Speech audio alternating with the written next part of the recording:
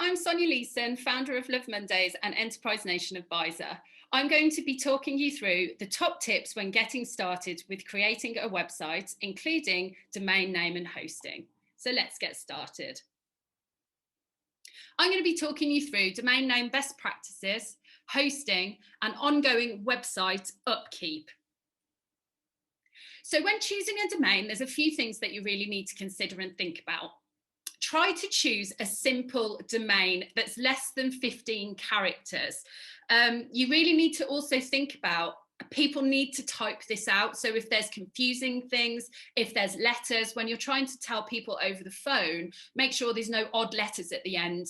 F and S sound quite similar. So try and keep it simple. It needs to be less than 15 characters, only because one, people have got to type it out, but also for SEO purposes, which is search engine optimization, Google actually prefers domain names that are less than 15 characters.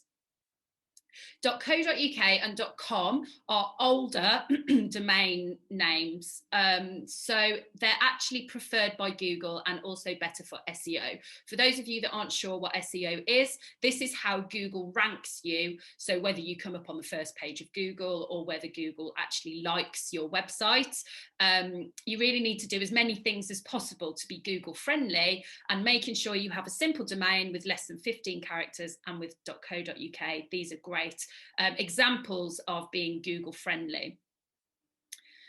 Make sure there are no awkward spellings. There are a few famous kind of marketing campaigns that have gone viral because when you've typed all of the words together, something rude actually comes in there. So make sure you write it down and you actually take a look at it and make sure there's no odd or rude spellings.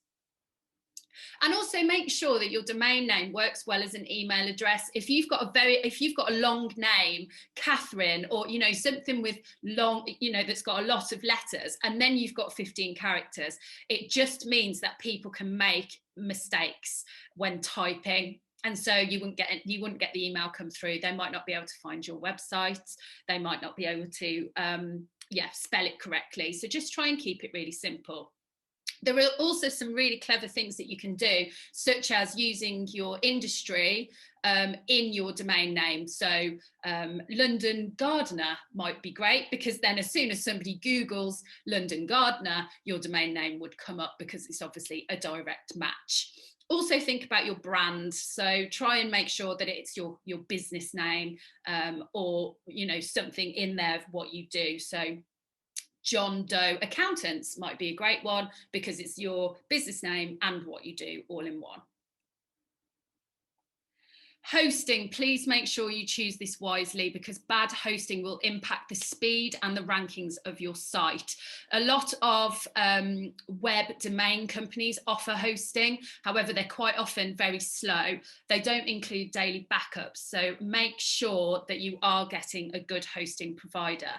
If daily backups aren't included, it means that if you're ever hacked, your website will be gone forever, so make sure you have got it backed up. Also, make sure you've got a security certificate. This really helps with Google, and it also really helps to keep your website safe. And always try and choose reliable hosting in the UK if possible. It just means that if anything goes wrong, you have a point of contact. Again, going back to these huge hosting companies, it's usually a chat function. There's not normally a phone number. You can't get hold of anybody to actually help you. And if anything goes wrong, you really need to make sure you have that. And make sure you've got a reliable contact that's going to be there to solve any issues. There's a few things to remember with ongoing upkeep. You'll need to renew your domain. You can usually set this to do it annually and automatically. There will be ongoing hosting costs, usually about £10 a month, maybe £15 a month, to make sure that your website stays online and stays updated. And there are going to be update costs, such as updating WordPress and updating the plugins, and you need to make sure they are done to make sure your website's secure and working the best way it can. Make sure you add to the site often. Google will see that you're uploading blogs and actually keep your website high up in the Google rankings. And make sure if you're using a payment gateway, make sure it's reputable and encrypted, such as Stripe or PayPal.